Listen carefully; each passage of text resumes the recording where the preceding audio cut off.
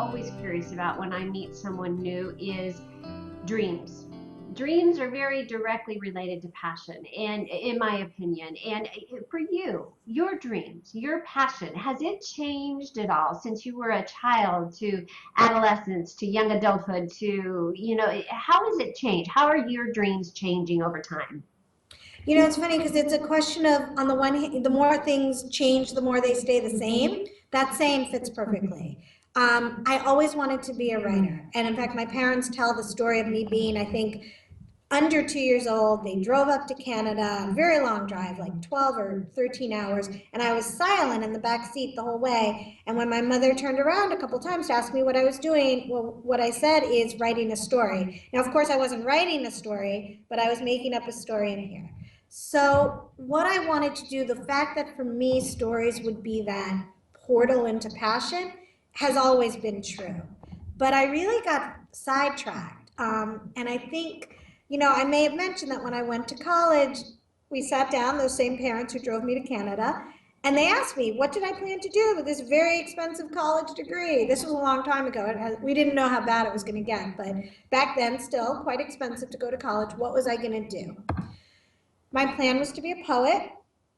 I was going to live in the woods in a log cabin of my own making. And my parents thought, it was certainly I like that plan.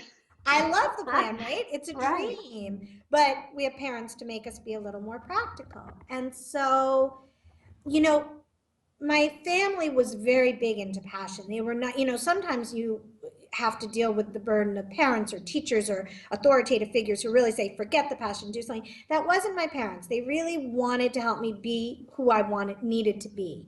But they also, of course, were a little more practical. And they said, is there something you could do that would allow you to explore and write and tell your stories, but also pay the rent on, and you can't really build a log cabin, you've never picked up a hammer. True. So we sort of came up together with this plan to be a psychotherapist because I love people.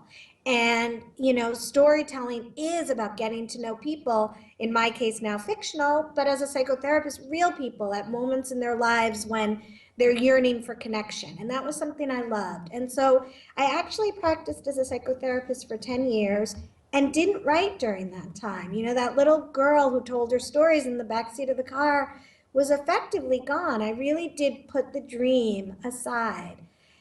And then I was seeing these patients who were really involved in desperate situations. There was a group therapy session I did where a client actually took out a gun and she wanted to end her life with all her right there with you. She brought out a gun. Okay. Yeah.